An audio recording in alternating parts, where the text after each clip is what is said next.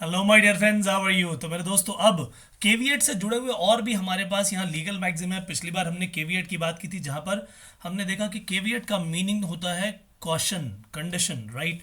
तो यहाँ पर अब हमारे पास एक नया लीगल मैगज़ीन आ गया जिसमें लिखा है केवीएट एक्टर। एक्टर यानी एक्ट करने वाला, राइट। तो केवीएट एक्टर, जैसे उसमें कॉशन था, लेट द एक्टर बीवेयर आ जाएगा। बीवेयर यानी कॉशन दे दी हमने, वो मीनिंग केवियट से निकल आया। और एक्टर का मतलब काम को करने वाला यानी doer. So let the doer beware, तो इसका मीनिंग क्या है, आइए देखें।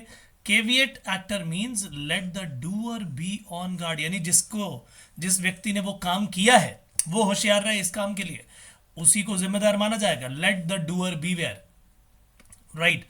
सो caveat actor is use as a warning. जैसे वहां पर भी कॉशन और वार्निंग की हमने बात की थी, यहां पर भी ये कॉशन की तरह यूज होता है। So caveat actor is used as a warning that the doer of an action should be aware of his or her act.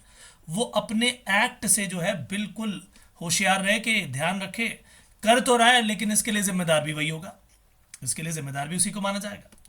The burden of the action, यानी इस एक्शन का जो बर्डन है वो उसी व्यक्ति पर होगा जिसने वो काम किया है, यानी वही जिम्मेदार ठहराया जाएगा कोई भी गलत बात होती है तो।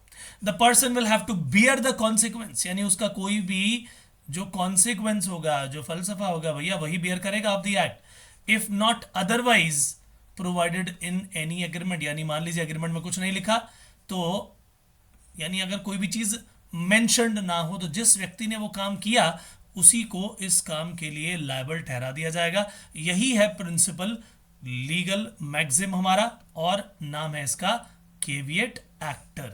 ठीक है जी, let the doer beware, let the actor beware. ठीक है, सो ये काम हो चुका है। अगले सेशन में हम जब बातचीत करेंगे तो केवियट वेंडर, जिसे हम केवियट वेंडेटर भी बोलते हैं, और केवियट एम्प्टर की बात भी करेंगे, जिसे बायर भी कहा जाता है। ठीक है, तो आज का ये काम हमारा होता है समाप्त। मिलेंगे नेक्स्ट सेशन में, तब तक के लिए bye, take care and God bless. Thank you so much.